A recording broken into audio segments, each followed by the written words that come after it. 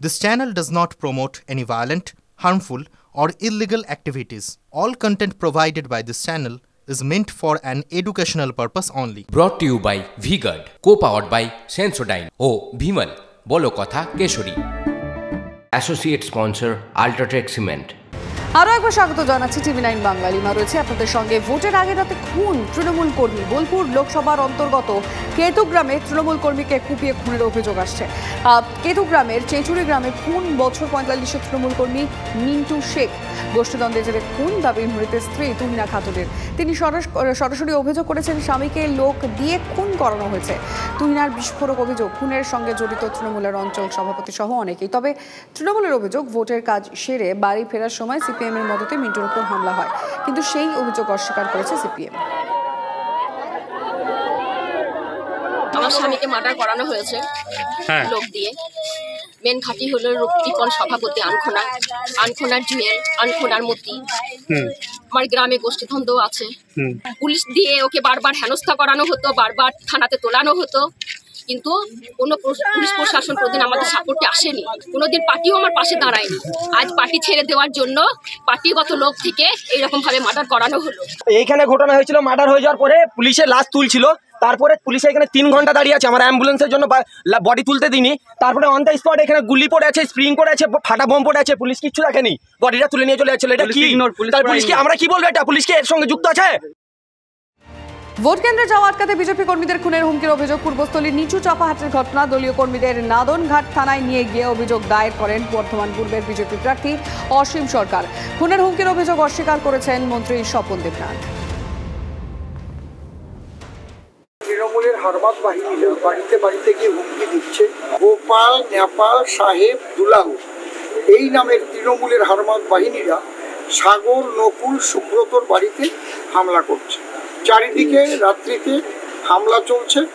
আমি তো আর ঘুমাতে পারি না, এই জন্য আমি থানায় আসতে বাধ্য হয়েছি। এই বিজেপি অসীম সরকার তার দলবলের লোকেরা অশ্লীল কুশ্লীল ভাষায়, যে ভাষায় মানুষ উত্তেজিত হয়, যে ভাষাগুলো আমাদের পক্ষে ব্যবহার সম্ভব নয়, সেই ভাষায় তারা বিভিন্ন জায়গায় বক্তৃতা করেছে।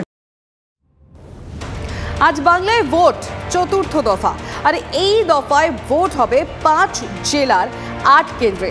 অবশ্যই আমরা নজর রাখবো 8টা কেন্দ্রে কোথায় কোথায় কাদের সাথে লড়াই হচ্ছে। অবশ্যই বহরমপুরে নজর রয়েছে অধীর চৌধুরী, ইউসুফ পাঠান এবং একাধিক জায়গায় কিন্তু আর কি ইন্টারেস্টিং কাটিকা টাক্কর হতে চলেছে। হেভি ওয়েট রয়েছে আজকে চতুর্থ দফায়। মোট 75 জন প্রার্থীর ভাগ্য নির্ধারণ হতে চলেছে, আর যাদের মধ্যে আছেন অধীর চৌধুরী, দিলীপ ঘোষ, মহামৈত্র, শত্রুঘ্ন সিনহা, শতাব্দী রায়ের মতো হেভি ওয়েট তারকা প্রার্থীরা। আর এই দফায় ভোট হতে চলা 8টি আসনের মধ্যে 2019-এ তৃণমূল জিতেছিল 4টি আসনে, আর 3টেতে জিতেছিল বিজেপি, 1টাতে কংগ্রেস।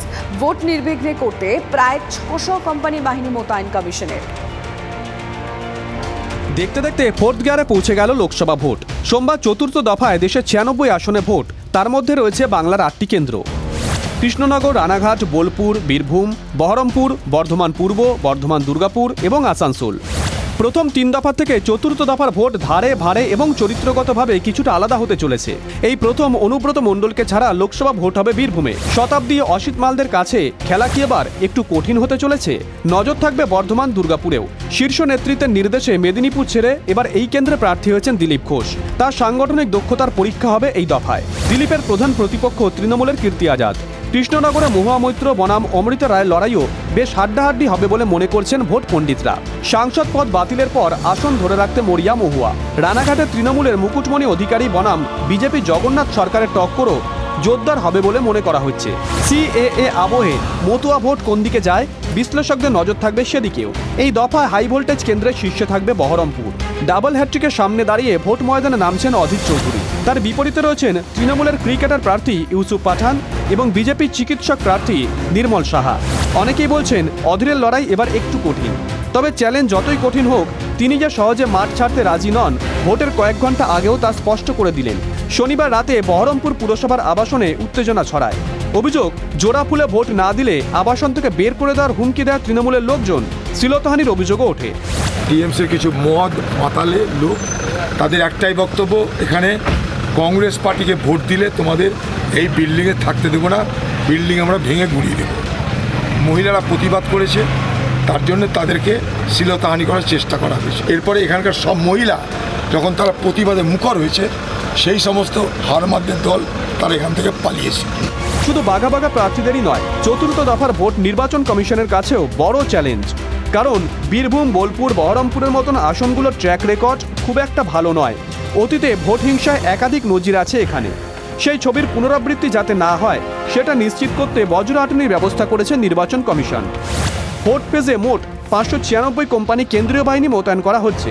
এর মধ্যে শুধু বর্ধমান পূর্বেই থাকবে 152 কোম্পানি, বীরভূমে 131 কোম্পানি। বাকি 3 দফার মতন চতুর্থ দফাতেও কমিশন নির্বিঘ্নে ভোট করার রেকর্ড অক্ষত রাখতে পারবে কিনা সেটাই দেখার। Bureau report, TV9 Bangla.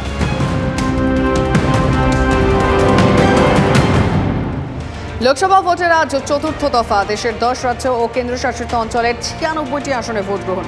প্রতিদ্বন্দ্বিতা করছেন 1700-ও বেশি প্রার্থী। ভাগ্য নির্ধারণ হবে 2 কেন্দ্রীয় মন্ত্রী গিরিরাজ সিং এবং অর্জুন মুন্ডা, সমাজবাদী পার্টি সুপ্রিমো অখিলেশ যাদব এবং নিমের প্রধান আসাদুদ্দিন ওয়াইসি। 2019 সালের হিসাব বলছে যে চতুর্থ দফা 96 আসনের মধ্যে বিরোধী জোটের চেয়ে বিজেপির জেতা আসনের সংখ্যাই বেশি ছিল। বিশ্লেষকরা মনে করছেন আসন এবং ভোট সমীকরণের নিরিখে দুপক্ষের কাছেই এই দফা যথেষ্ট গুরুত্বপূর্ণ। লোকসভার পাশাপাশি ভোট হবে অন্ধ্রপ্রদেশ বিধানসভার 175 এবং ওড়িশা বিধানসভার 28 আসন। Brought to you by V-Guard, co-powered by Sensodyne O Bhimal, বলো কথা Keshari. Associate sponsor Ultratech Cement.